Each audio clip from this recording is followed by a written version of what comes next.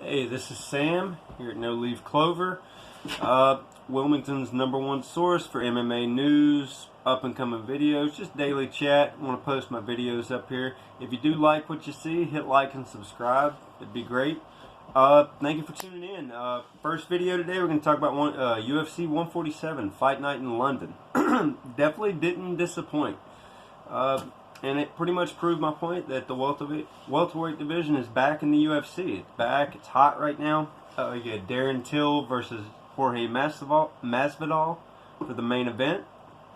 And, you know, there's a lot of heat, a lot of turmoil going on after the fight, too. The post-fight stuff with, Jorge and Leon Edwards, the big scrap backstage. So, I'm not going to comment on, talk about every fight. I'll pick up probably with the Reyes versus Osmadir fight. But to start off with, the card was a pretty stacked card. You had, like I said, Dominic Reyes versus Volkan Ozdemir. Ozdemir lost the decision, but it was kind of a slow fight. You know, as much as they picked up, and fought in the beginning, they both kind of slowed down in the end.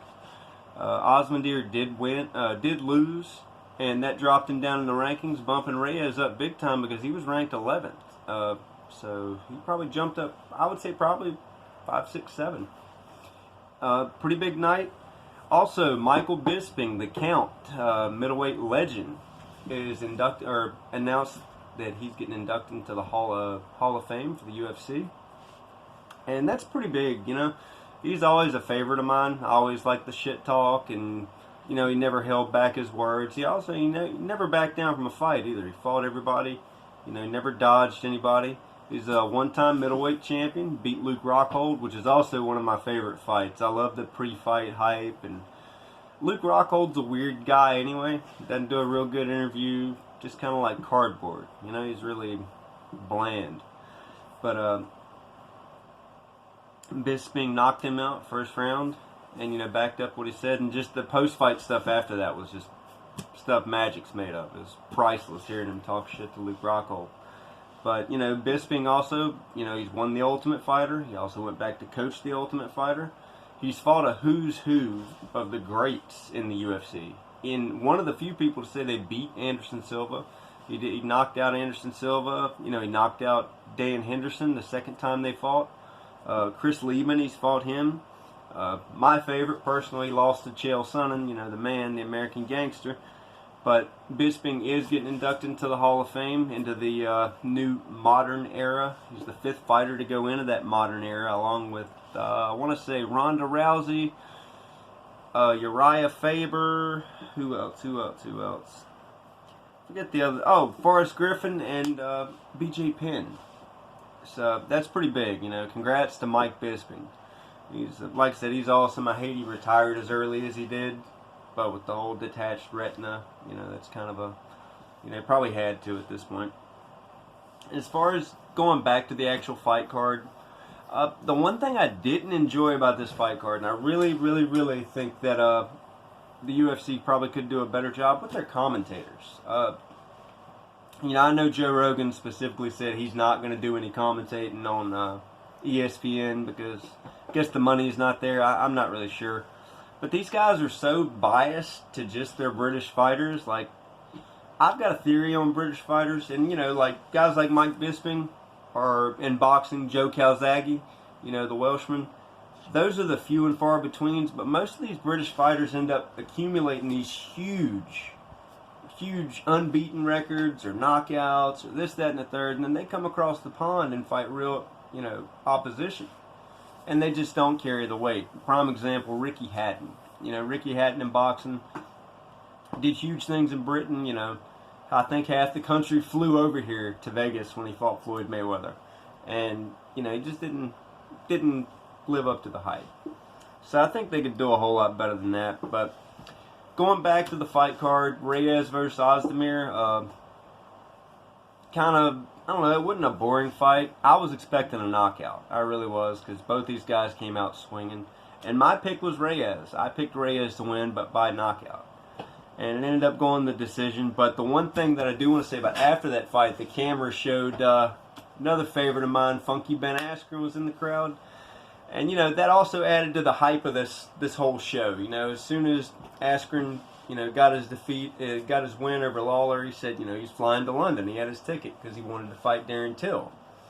Well, you know, now that's kind of, I'd say, up in the air because Jorge Masvidal did throw a wrench in the plan and just made the welterweight division that much hotter. Because honestly, he was an underdog in the, you know, in the bets, but he was an underdog in a lot of people's eyes. Period. Nobody thought that he could go in there and really bang with Darren Till. But we'll get to that anyway. Moving on, the next fight was actually it was an important fight for the welterweight division. Gunnar Nelson versus Leon Edwards. Now, I've followed Gunnar Nelson a little bit. I'm not a real big fan of the karate type fighters, you know, like Lyoto Machida and stuff like that. And to be honest with you, I didn't really know much about Leon Edwards until this fight. But he ended up getting the win, and honestly, it was kind of, you know, he showed a lot. He showed that he could really he could take you down. He was quick. He was good with the hands. I think it was in the third round. He, in the break apart, popped Gunnar Nelson with an elbow. And that was, I mean, it was huge. Popped him with the elbow, and it just showed that, because he was also an underdog in this fight.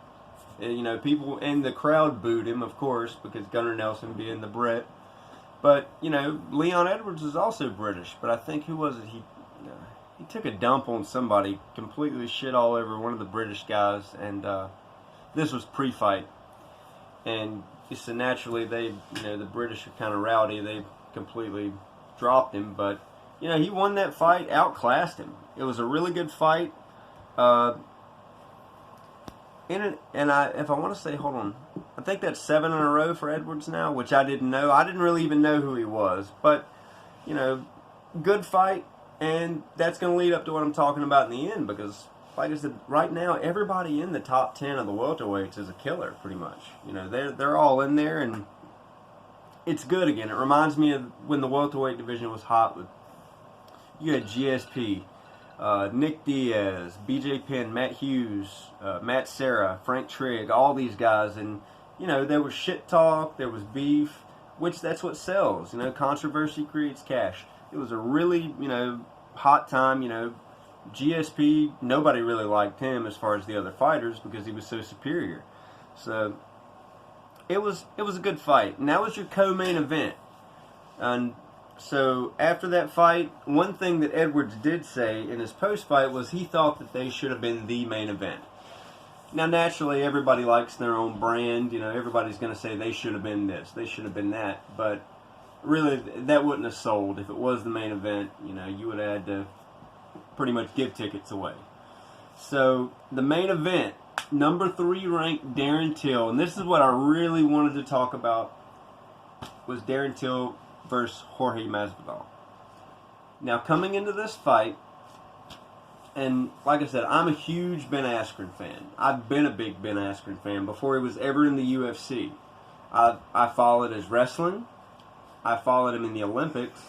I also followed him at Bellator before it was, Scott Coker Bellator. It was actually Bjorn Bellator, which sucked. And then I followed him in ONE FC, which a lot of people don't give ONE FC the credit it deserves because it's over in Asia. It's not really mainstream here. But ONE FC has a lot of talent. They have a lot of journeymen, plus they got a lot of up-and-comers. You know, so when Ben Askren came here, and a lot of people look at his record, you know, a lot of people think they like MMA just because they watch UFC. Well, there's more than one brand. And, you know, ONE FC, you know, he fought, just destroyed Douglas Lehman, but that was Bellator. But Ben Askren's, he's a competitor. He's a really good fighter, really good wrestler. Oh, sorry about that. Look at that. First video and I'm already screwing up. So, anyway, Darren Till versus Jorge Masvidal. Ben Askren's already came out and said he wants to fight the winner. And like most other people, we all pretty much thought Darren Till was going to win. Reason being, both these guys are strikers. Now, when I look at Darren Till, and this is what I noticed. The first fight I saw with him, actually watched the full fight, was against Tyron Woodley for the belt. He's so much bigger than any other welterweight. Now, I don't just mean height. His build, his frame, he is a big guy. He is a natural middleweight. And it showed in the Tyron Woodley fight because the weight cut just exhausted him. He had to be carried out. It was brutal for him. So I thought that when these two hooked it up, I didn't think it would go the distance, and I thought Darren Till was going to knock him out. Well, they start the fight off, and this is priceless. Me and my girlfriend are sitting there watching it, and Jorge Masvidal comes out quick, jets right across the cage, and directly kicks Darren Till in the nuts. First move of the fight, kicked him right in the cup. I just threw that in there. That was pretty funny. Well, anyway, they go back to fighting. Darren Till says he's okay, and then out of nowhere, a laser straight left dropped Jorge Masvidal. And I thought that was going to be pretty much how the fight went. He was going to use his reach. He was going to fight him effectively, keep him away with the reach. And it didn't work that way. He played into Jorge's game. He stayed in close with him. He fought him in a phone booth. And when I say knocked out, he was knocked out before he ever hit the ground. That last punch should have never happened. He got dropped with that left hook. And before you know it, Jorge Masvidal is the winner. I think it was round 2. It was like 3 minutes into round 2. Great fight, though, for the welterweight division because it mixes things up.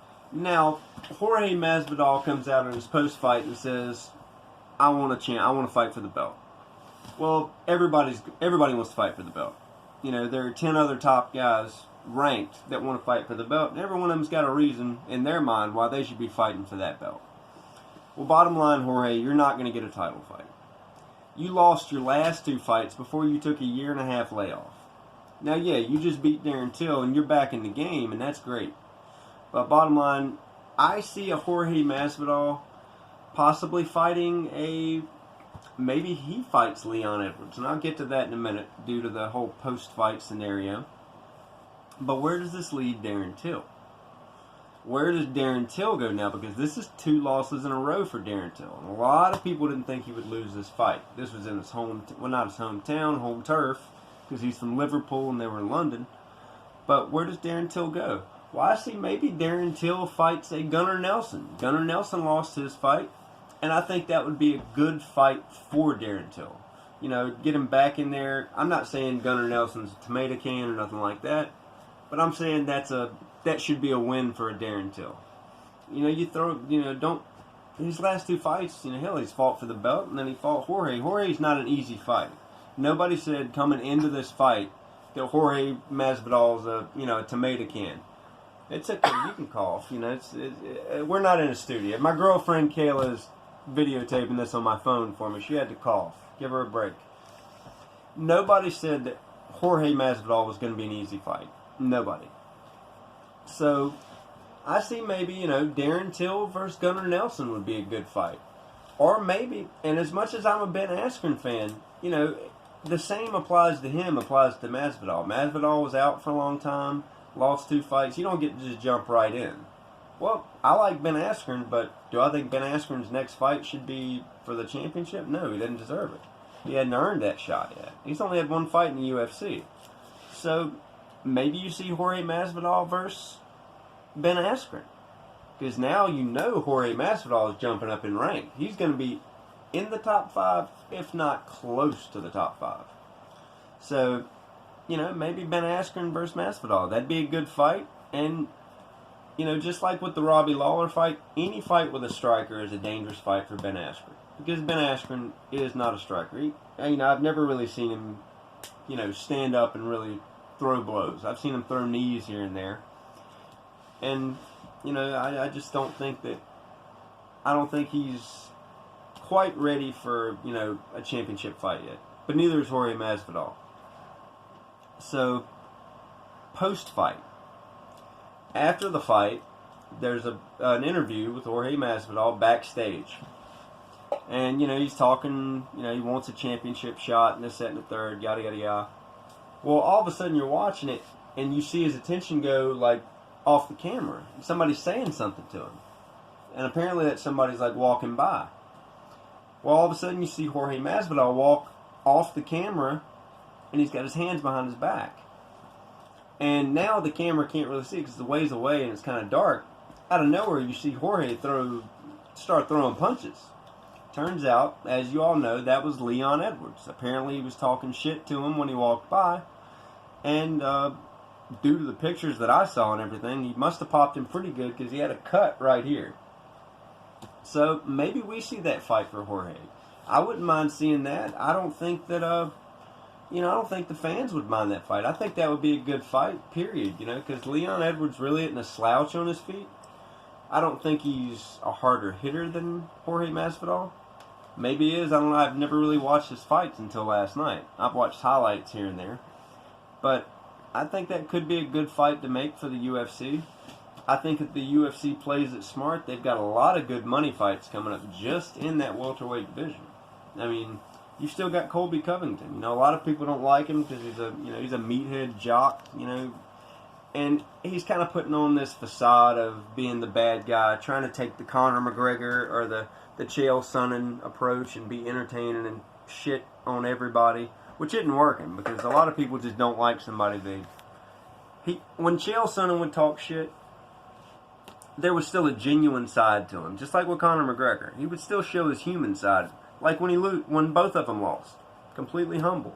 Colby Covington's just a dick all the time, and it doesn't work. Nobody likes that. Nobody likes an asshole. So, you've got all these fighters, though, and you've got a champion that hadn't really proved himself as far as being a champion yet. I think they're probably going to set the Kamaru Usman-Colby Covington fight up next, since Colby didn't get his actual title shot against Tyron. And honestly, I think Colby probably takes that fight. I never discredit him as a fighter. Colby Covington's a hell of a fighter. Crazy cardio, Division I wrestler. And he's got great striking, great stand-up. He can take a lick. Personally, I've never been a fan of Kamaru Usman, or Marty from Nebraska, as Ben Askren calls him. I thought the fight against Tyron Woodley, I don't think he really won that fight. I think Tyron Woodley just lost that fight. He acted like he wasn't there. So, the welterweight division is super hot right now, and I'm excited. I'm super pumped. I want to see what my guy Ben Askren's going to do. I want to see what Colby Covington and Kamaru Usman, where's Tyron Woodley going to go? He's doing a lot of the stuff out there with the Kardashians and Hollywood, and he dropped his album like a week before the big fight. So you got a lot of good fights coming up with the welterweight division if they plan it right. As far as the whole card in general, I'm going to give it about an 8. That was a super entertaining card. There wasn't really one boring fight on the whole card. And I didn't get to watch the whole thing since I was actually under the impression that it was going to be on ESPN. I didn't think I would have to buy a network, but we ended up having to get ESPN Plus just to be able to watch it. And so I didn't get to see all the fights. I picked up actually with the two Welshmen that were fighting. So it was a good card and all, really entertaining, and I think it really laid the stepping stones for a hot summer in the UFC. I think we could have a really hot summer. I think this thing can really take off. So I hope you guys enjoyed this video. This is my opinion, none of it's fact or anything like that. Pretty close to fact because I said it, but other than that, leave some comments, let me know, but definitely like and subscribe and let me know. You guys have a good one. This is Sammy from Wilmington. Take it easy.